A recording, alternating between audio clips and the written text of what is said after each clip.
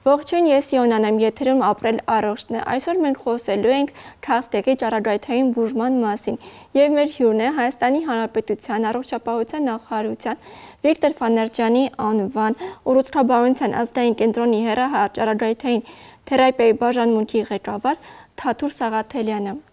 Բարև ձեզ, շնորհակալ եմ հրավերը ընդունելու համար։ Այսօր ցանկանում եմ խոսել քաղցկեղի ճառագայթային բուժման մասին։ Պատմեք, ինչ է յանից ներկայացնում։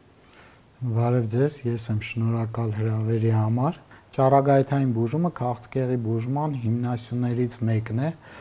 Այն ենթադրում է իոնիզացնող ճառագայթման կիրառումը քաղցկեղի, ինչպես նաև որոշ ոչ ուռուցքային հիվանդությունների բուժման համար։ Կիրառվում են հատուկ գեներացնող սարքեր կամ ռադիոակտիվ արհեստական իզոտոպներ, որոնք ռադիոակտիվ ճառագայթման աղբյուր են հանդիսանում, իսկ այդ ճառագայթները արդեն ուղղվելով մարմնի այսպես ճառագայթման ենթակա հատվածներին հասնում են հակաուռուցքային արդյունքի։ Կան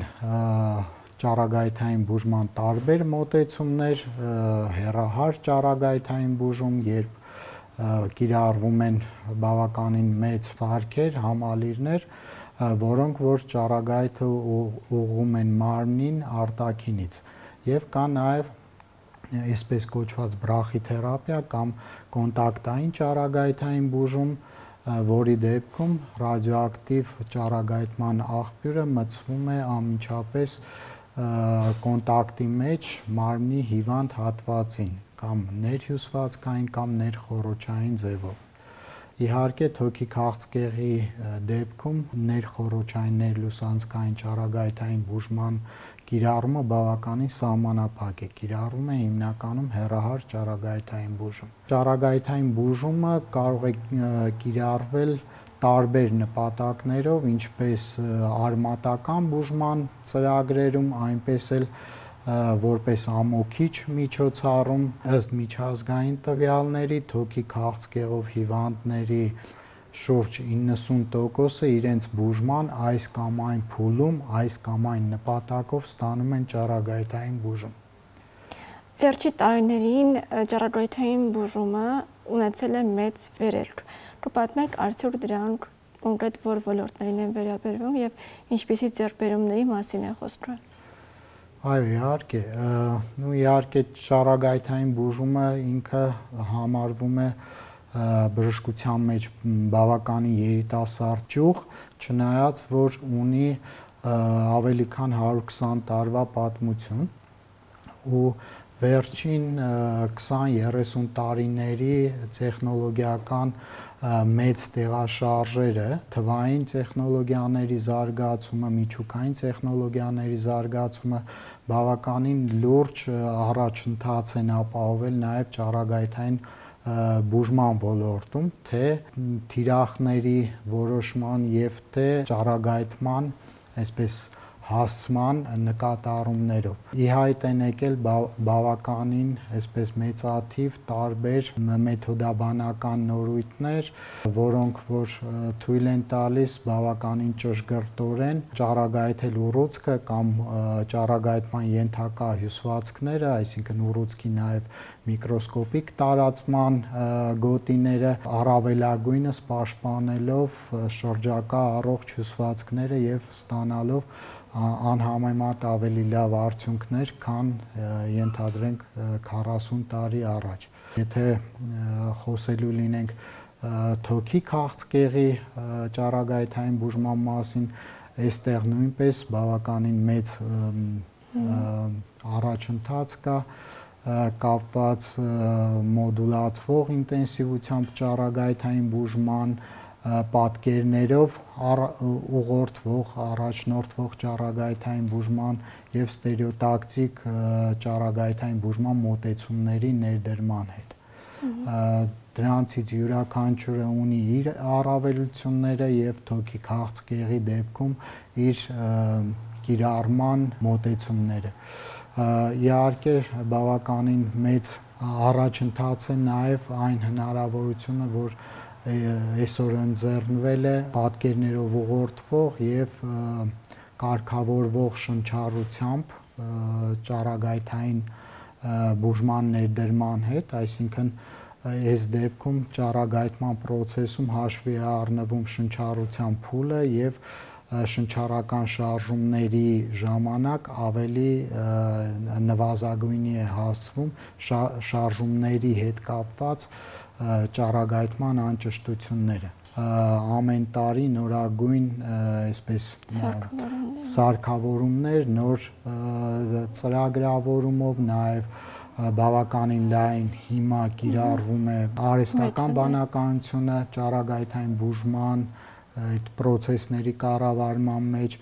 ու իհարկե թե խնդիրներից թե տեխնոլոգիական առաջընթացից մենք էլ համասն չենք ուռուցքաբանության ազգային կենտրոնը 21 թվականին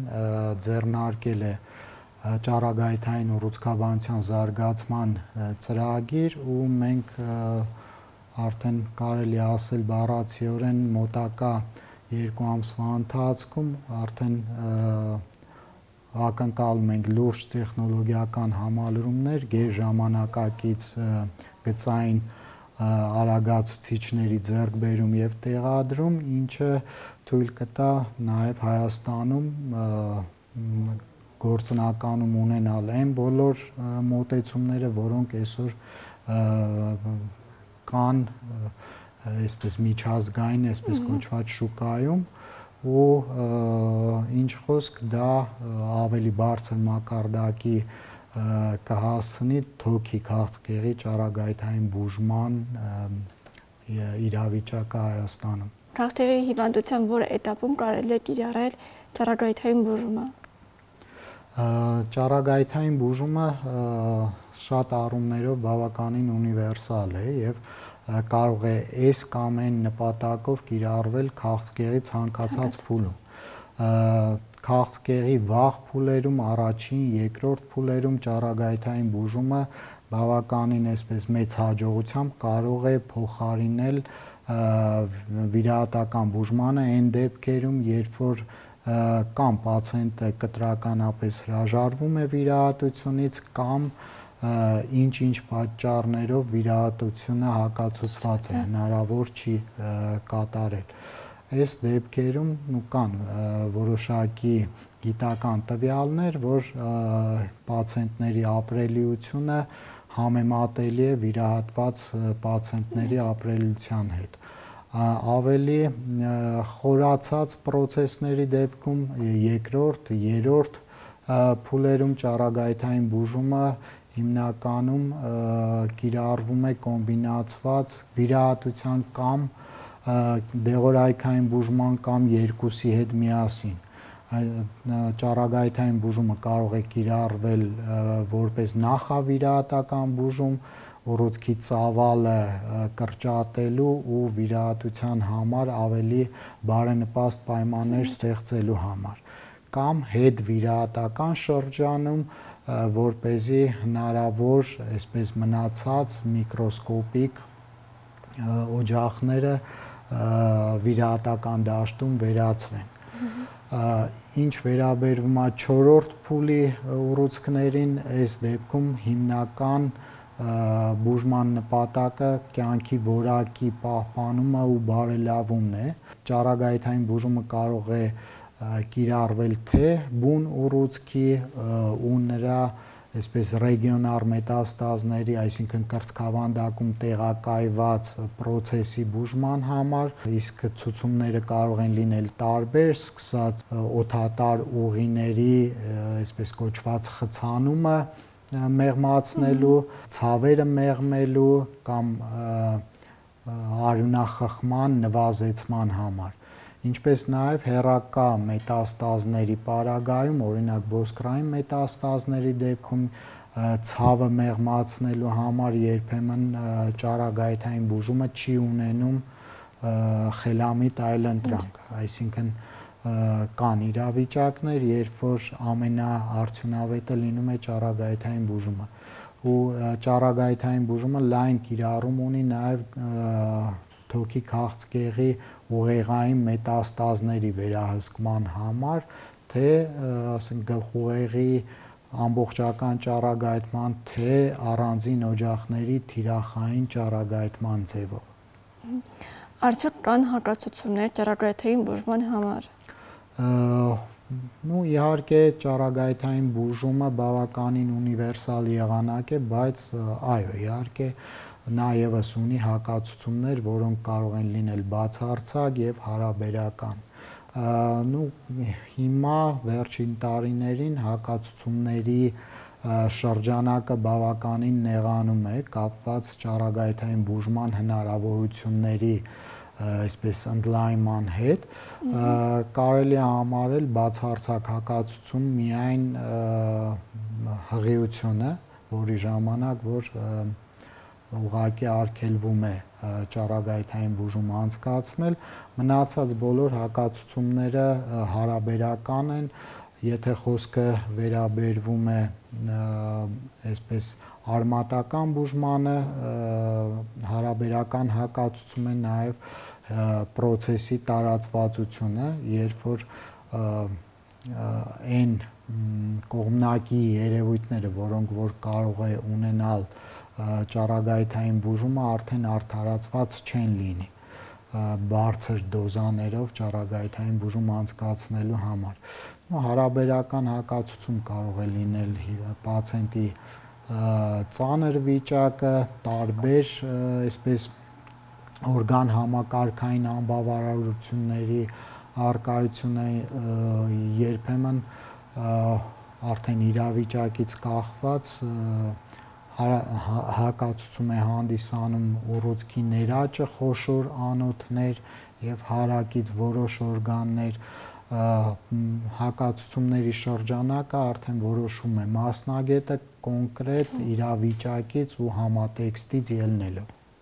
Ինչ խորհուրդ կտաք մեր հեռուստադիտողներին։ Իհարկե դժվար է ավելի այսպես լուրջ խորհուրդ տալը, քան առողջ ապրելակերպն է ու զերծ